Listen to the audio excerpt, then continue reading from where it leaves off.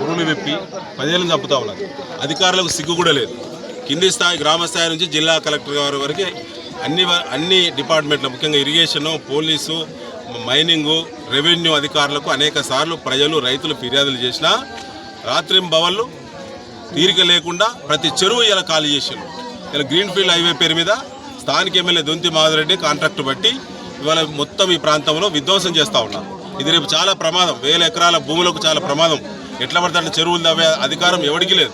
Permission లేకుండా పర్మిషన్ల పేరు మీద మరి ఉన్నాయని చెప్పి పోలీసులు అడిగినటువంటి రైతులను, ప్రజలను భయభ్రాంతులకు గురి చేస్తూ ఉన్నారు. ఇది పూర్తి దుర్మార్గం. ఇది ఇవాళ సునీల్, మా వెంకటాపురం గ్రామ నెక్కొండ మండలం వార్డు సభ్యులు సునీల్ మాకు అత్యంత ప్రాణమిత్రుడు, వార్డు సభ్యుడు. ఇలా తను 2 ఆడపిల్లలు వాళ్ళ స్కూల్కి తోలి వస్తున్న సందర్భంగా మార్నింగ్ 7 గంటలకే రాత్రంతా మరి దొంగమట్టి తోలినటువంటి టిప్పరు ఇలా మా సునీల్ మీదకి వెళ్ళి ఎక్కి దిగింది, స్పాట్లో చనిపోయాడు. ఇది పూర్తిగా కాంగ్రెస్ పార్టీ ప్రభుత్వం చేసినటువంటి హత్య. ఇది దొంతి మాధవరెడ్డి తన అనుచరులు చేసినటువంటి హత్య. తనే బాధ్యత వహించాలి. ₹1 కోటి ఆ 2 ఆడపిల్లలకు, ఆ కుటుంబానికి నష్టపరిహారం చెల్లించాలి.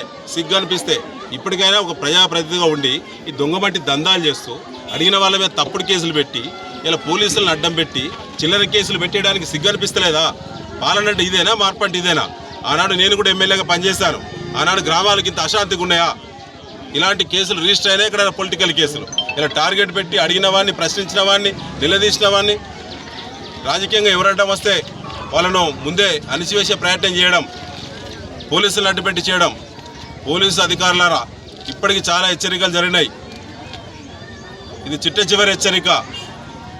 ఖచ్చితంగా రాస్తున్నాం మీ యొక్క భవిష్యత్తు. మీరు చేసిన తప్పులు మీకు ఎలాంటి పనిష్మెంట్ ఇవ్వాలో టైం వస్తుంది. టైం వచ్చినప్పుడు మీకు తప్పకుండా ప్రతీకారం ఉంటుందనే విషయాన్ని కూడా ఈ సందర్భంగా హెచ్చరిస్తున్నాం. అనేక తప్పుడు కేసులు రిజిస్టర్ అయినటువంటి నియోజకవర్గం మీ రాష్ట్రంలో నర్సంపేట. దొంతి మాధవరెడ్డి సాధించింది ఏంది అభివృద్ధి అంటే ఎక్కువ కేసులు నమోదు చేయించిన నర్సంపేట నియోజకవర్గంలో ఎక్కువ క్రైమ్ రేట్ నమోదు చేయించినటువంటి ఘనత ఇలా మాధవరెడ్డికే దక్కింది. ఇవాళ టిప్పర్లతోటి దొంగ వ్యాపారం చేస్తూ అడిగిన రైతులను, అడ్డుకున్నటువంటి పార్టీలను, సంఘాలను, విలేకరులను, రెవెన్యూ అధికారులను ఎవరిని వదిలిపెట్టకుండా కొట్టిస్తున్నాడు. ఇవాళ ఈ నియోజకవర్గంలో అన్ని క్రైమ్లు రిజిస్టర్ అయినాయి. ఇదేం దందా? 100 కోట్ల రూపాయల దందా కోసమేనా నేను ఎమ్మెల్యే గెలిపించింది? రేవంత్ రెడ్డిని ముఖ్యమంత్రి చేసింది. ప్రజలకు ఇచ్చిన హామీని నెరవేర్చేటువంటి గంటసేపు సమీక్షించే ఓపిక లేదు. కానీ ఈ దొంగమట్టి మాత్రం తెలంగాణ పొద్దా కొట్టి ₹1 కోటి వెనకేసుకునేటువంటి మరి చిల్లర వ్యవహారాలు బంద్ పెట్టుకో. ఇలా కుటుంబం బలైంది. ఇలా సునీల్ కుటుంబానికి నైతిక బాధ్యత ఖచ్చితంగా దొంతి మాధవరెడ్డిదే.